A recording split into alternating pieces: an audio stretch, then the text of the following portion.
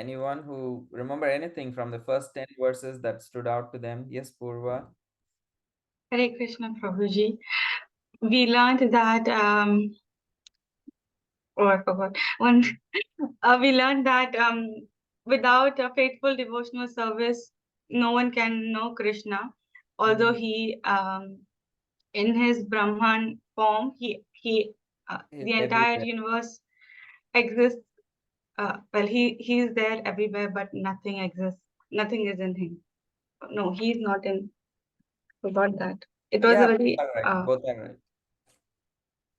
yes. Thank you. So especially I like the point that you're saying out without devotional practice, just through dry knowledge, intellect, one's own intelligence, one cannot understand Krishna. So that Krishna made it very, very clear in the first three verses. Thank you, Purva, for that. Chakresh? It's that Krishna has like a neutral nature, but it's not that he doesn't care about us. It's that basically he um loves everyone. He loves everybody. Yeah. Yes, thank you for that. So we saw that that Krishna is partial, like is neutral at the same time. He is also loving.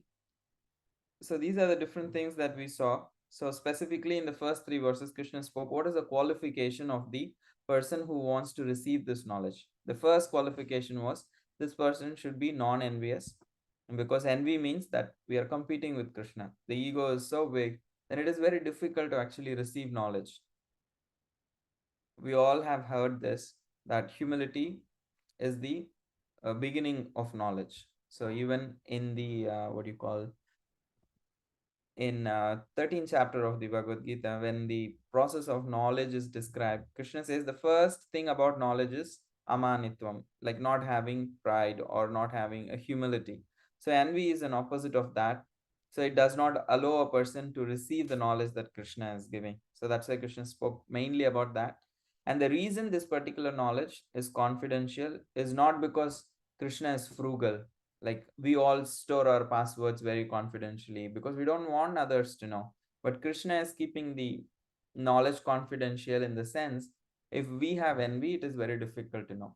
So most people in this world are not devotionally disposition, they don't have the devotional disposition. Because of the disposition of their own heart, it becomes very difficult for them to understand this knowledge. That's why it is considered what do you call confidential. And in the second verse, Krishna spoke about the nature of the knowledge that he is going to speak. What is that? It's the purest of the knowledge. It's secret of all secrets because it's an open secret.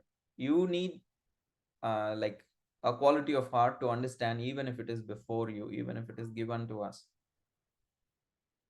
And it directly helps us understand our soul, like self-realization. And that is why it is also the perfection of religion, and it is everlasting and it is joyfully performed. So these are the nature of bhakti, the knowledge that Krishna is going to speak. And the reason that Krishna is speaking is like this will give you experience, because it's not knowing is not enough. Insight is very valuable. So education can provide insight, but experience provides the taste. So taste for spiritual practice comes from experiencing it, applying the knowledge. And that's what Krishna is saying here. If we apply this knowledge, then we will have realization. We will have taste for more devotional experience. And the third thing, again, Krishna said the connection between devotion and faith. It's not blind faith. What Krishna is asking is the faith to actually accept the knowledge and apply it and see for oneself what is the difference it is making in one's heart and consciousness. So that openness that Krishna is requesting from all of us, that if let us have some faith in Krishna, that if he is saying this, it must be true, and let me apply it and see how it actually transforms my life. And these are the first three verses. And the next seven verses, Krishna spoke about how he is inconceivable, what kind of relationship he has with the material nature, with the living entities. So we, as Purva and Chakresh, all of them mentioned, Krishna is all pervasive in his Brahman form. Yet in his Bhagavan form, he has a separate existence. Everything comes from him. That is why he is separate of those things, because everything comes from him. So he existed before everything.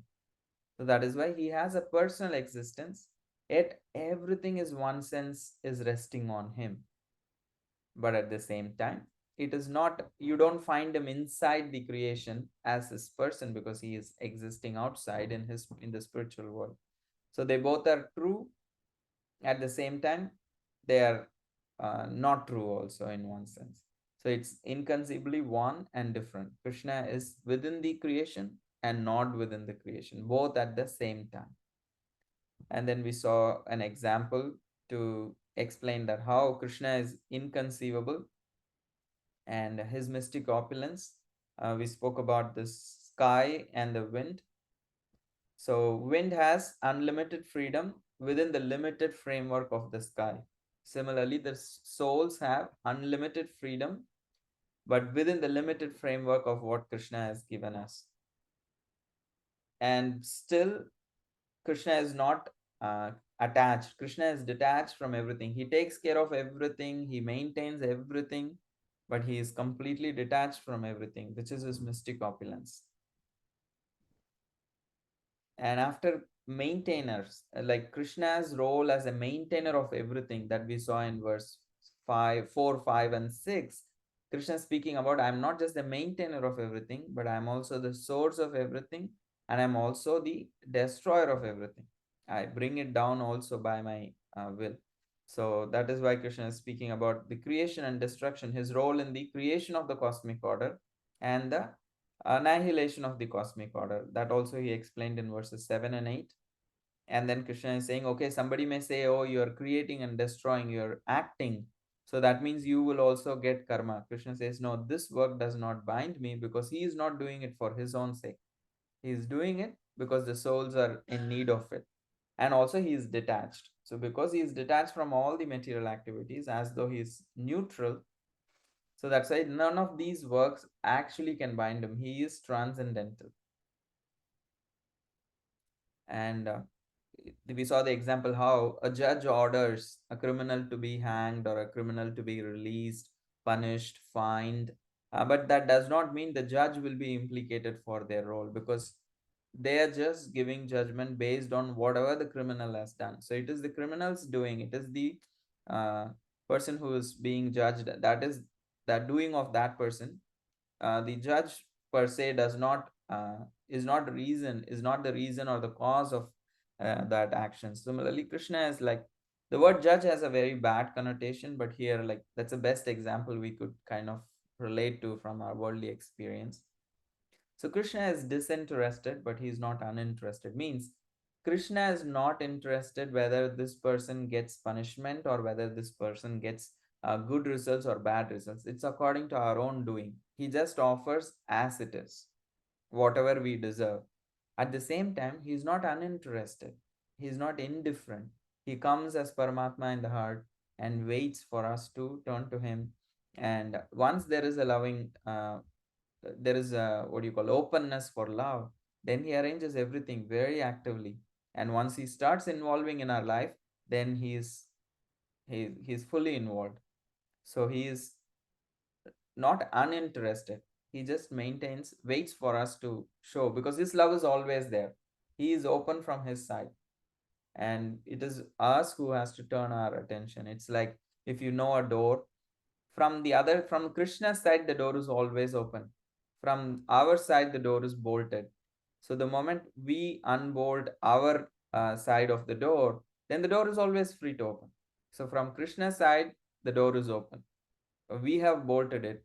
So it is we who have to actually unlock our door from our side. So in this way, Krishna is saying everything is working under his direction.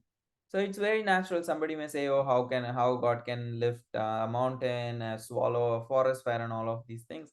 If everything is working under his direction, it is very easy for him to lift a mountain. Somebody asked Prabhupada this question: can God create a stone that he cannot lift? What do you think? can God create a stone that he cannot lift?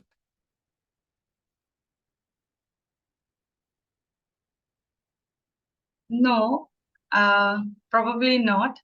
But then I was just thinking that if I Why have not? a, What is your reasoning for not that God cannot do that? because whatever ingredients are needed for the stone, if he is going to supply them, and if he can lift the individual ingredients to make the stone, then he can also lift the stone. But then if you apply, but it works in two ways, because if I were to fill a bag with some ingredients and I fill it to the brim, then I wouldn't be able to lift up the bag. It would be too heavy for me. But well, if he's the creator of everything, I'm not the creator of the bag nor of the ingredients. But if he himself is the creator of everything, then he can make anything as light as he wants or as heavy as he wants. Okay, so you did answer, but your conclusion was slightly different. So let's hear others also. You did give the answer already. Yes, Chakresh, then Swarit, then Krishan Prabhu. I also saw Ishwari in between. Yeah, he can because he can do anything. Okay, that's a good answer. What about Swarit? And Chakresh. and if he can be binded by Yashoda, while he himself cannot be binded by anything, then he can do anything. Okay, thank you. Swarit? Prabhuji, Hare Krishna Prabhuji. What you're stating, the question that you just brought up, it's a literal known paradox in the world. So if God can create a stone that he cannot lift, then he doesn't have omnipotence. He doesn't have the power to do anything.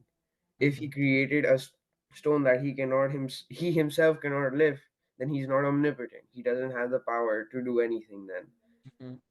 That is like an omnipotence paradox. You don't know if he's all powerful when he cannot live the one thing that he created.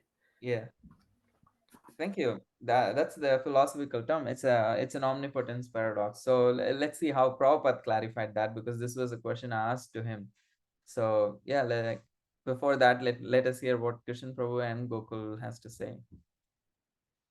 Hare Krishna Prabhu, and Welcome back, Prabhu. Hope you had a good time in India. yeah, good time, Prabhu, very good time. Got to visit good temples. So yes, Prabhu. So this I think I've heard this, and it is a paradox, and I think somebody asked Srila Prabhupada in order to trick him, and Prabhupada I believe responded by saying that yes, Krishna can create something that he cannot lift, and then later he can also increase his strength and further lift it. So that's the way I remember it, Prabhu. And please explain. Thank you so much. Yes, yeah, that's the answer that Srila Prabhupada gave. We will see. Gokul? Thank you, Prabhu. People think that God is a human, and that's why they say, oh, he cannot lift it he cannot lift a mountain. But God is not an ordinary human. He created everything, and that's why he can lift them too. Thank you, Gokul. Yeah, God is not an ordinary human. He is transcendental, so he could do that. So thank you. Hope your health is better. Hope Gopi is doing well. And as Krishan Prabhu said, the answer that Srila Prabhupada gave was that yes, God can create a stone that he cannot lift, but his energy always is increasing. Is an infinite energy. It's always increasing. So at the moment he actually creates something that he cannot lift, immediately the next moment he would have got the strength to actually lift it. Because we think logic limits God, but actually logic is limiting our intelligence in understanding God. So what is logic is according to our experience. Say for example, in this world also, last week also we saw that logic is even matter actually defies our logic. Like we saw how the solid form of water, which is ice, floats in water, which is not the case with other elements. If that did not exist, this world would not exist the same way that know it. So if matter also can possess those kind of contradictory natures, inconceivable natures. What to speak of God, who created those natures? So logic is limiting our ability to understand Krishna. Logic is based on our experience of this world. Is there any logic, like how, like say for example, like the Earth planet is just suspended in air? The planets are floating in air. So what logic is that? Because I cannot just keep this one phone keep floating because there is gravity working. But when there is gravity inside the planet, outside the planet there is not. It works very differently. So these things are possible in the nature. So why not God can have contradictory natures? So logic does not limit God, but limits our ability to understand His transcendental nature. So we cannot say, "Oh, this is illogical." My experience, from my experience, so God cannot do that. So that is basically logic is limiting us. It's not limiting God. Chinmay. So, yes, Prabhuji, I think we are getting to the Krishna is trying to lead Arjun to the point. And he's trying to express that there is no mountain greater for him. There is no mountain that is too heavy for Krishna to carry for his devotee. When he saw the residents of Vrindavan in distress because of the torrents of rain pouring down like cats and dogs, so he thought that that there should be umbrella for to protect them.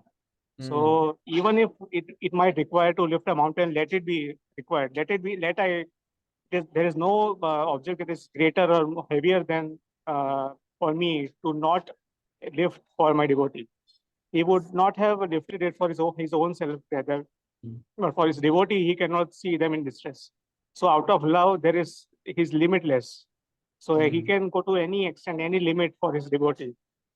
And I think that is how the chapter 9 begins. That this is Raja Yoga, this is the king of all knowledge, and because this is the perfection of religion, because it gives a direct perception of the self, of the Atman. And this is imperishable. And later on, I think we will come to the point where he says that patram pushpam phalam toyam yome bhaktya prayachati. Even if a mundane thing like a leaf or a little water, which people might think mundane, if anyone gives with love, I will accept it. Although Krishna is indifferent from the material universes, he is creator of all these galaxies and stars, and he's still indifferent. He's not interested in them. But if someone out of love offers even a little water, he is ready to extend his hand and let me drink it. Thank you. Yeah, means love is the that Krishna loves us and we can love him is that secret of this particular chapter. The most confidential knowledge in this particular chapter, Jiva Goswami says, is that it's not just we are trying to love Krishna, and it's that Krishna loves us always, and the confidential knowledge also he's looking for that love from us. He is eager to have that love returned from us. So he says that is the most confidential knowledge. So thank you for bringing that into the discussion. Yes, so faith in God requires believing illogical things, but it is illogical from our experience. It does not limit God's ability because he has omnipotence.